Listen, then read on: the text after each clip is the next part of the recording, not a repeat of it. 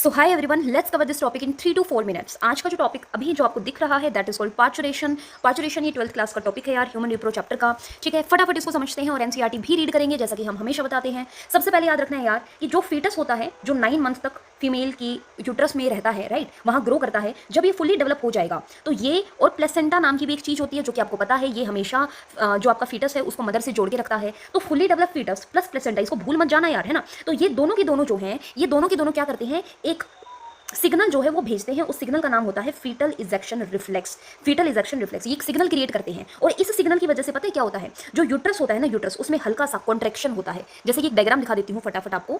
ये एनसीईआरटी का डायग्राम है। ये जो आपको साइड में दिख रहा है ना, इस साइड, ये पूरा का पूरा एरिया जो है यार, ये पूरा का पूरा यूट्रस है। और कॉन्ट्रैक्शन का मीनिंग होता है इसका साइज छोटा हो जाना, राइट। तो लगेगा कि 3 से 4 मिनट में एक बार क्या हो रहा है, इसका साइज छोटा हो रहा है। तो फीमेल को ना ऐसा पता चल जाता है, तो उसको लगता है कि यार ये फीटस जो है वो अभी बाहर निकलने की कोशिश कर रहा है। तो ये सिग्नल होता है, राइट। तो इस सिग्नल की वजह से ये बाहर निकलने की कोशिश करता है, बट यूट्रस जो है वो 3 से 4 मिनट या 5 से 6 मिनट में एक बार ही कॉन्ट्रैक्ट कर रहा है, मतलब अपना साइज को छोटा कर दे रहा है। जब ये अपना साइज इधर से है ना, हर साइड से छोटा करेगा तो बाहर निकलेगा, तो इसी रास्ते से बाहर निकलता है। और यूट्रस के लोअर पार्ट को बोलते हैं सर्वाइकल कैनाल, और उससे नीचे जो पार्ट यहाँ दिखा नहीं रखा उसको बोलते हैं वजाइना। इन दोनों को बोलते हैं बर्थ कैनाल। तो फीटस बाहर कैसे निकलेगा, तो आप बोलोगे बर्थ कैनाल से निकलेगा, राइट। वापस चलते हैं अपने थ्योरी पे। तो इस कॉन्ट्रैक्शन की वजह से क्या होता है, एक न्यूरॉन जो है, न्यूरॉन जो हमारी नर्व वेसल जो होती है ना, नर्व वेसल्स, न्यूरॉन्स, ये न्यूरॉन हाइपोथैलेमस को बोलती है। हाइपोथैलेमस ब्रेन का एक पार्ट होता है, ठीक है। ये हाइपोथैलेमस को जो है वो सिग्नल भेजती है, और हाइपोथैलेमस ने ऑलरेडी क्या कर रखा होता है, हाइपोथैलेमस ने एक हार्मोन बना रखा है जिसका नाम है ऑक्सीटोसिन, और ये बनाकर कहाँ स्टोर कर रखा है, इस ग्लैंड में स्टोर कर रखा है जिसका नाम है पोस्टीरियर पिट्यूटरी। तो ये जैसे ही होगा 3 से 4 मिनट में यूट्रस छोटा हो रहा है, कॉन्ट्रैक्ट हो रहा है, इससे हाइपोथैलेमस में सिग्नल चला गया। जैसे ही हाइपोथैलेमस में सिग्नल चला गया, इसने बोला पोस्टीरियर पिट्यूटरी, जो मैंने तेरे अंदर जो स्टोर करके रखा था ना हार्मोन, अब उसको निकालने की बारी आ चुकी है। तो ये ऑक्सीटोसिन को क्या करेगा, रिलीज करेगा। और ये ऑक्सीटोसिन क्या करता है, ये यूट्रस पे ही काम करता है, बट यूट्रस पे कहां करेगा, यूट्रस पे करेगा बीच वाली लेयर जिसका नाम होता है मायोमेट्रियम। मायो मतलब वहां होती है मसल्स। कौन सी मसल्स होती है, स्मूथ मसल, जिसको हम कंट्रोल नहीं कर सकते हैं। ध्यान से देखते हैं वापस डायग्राम।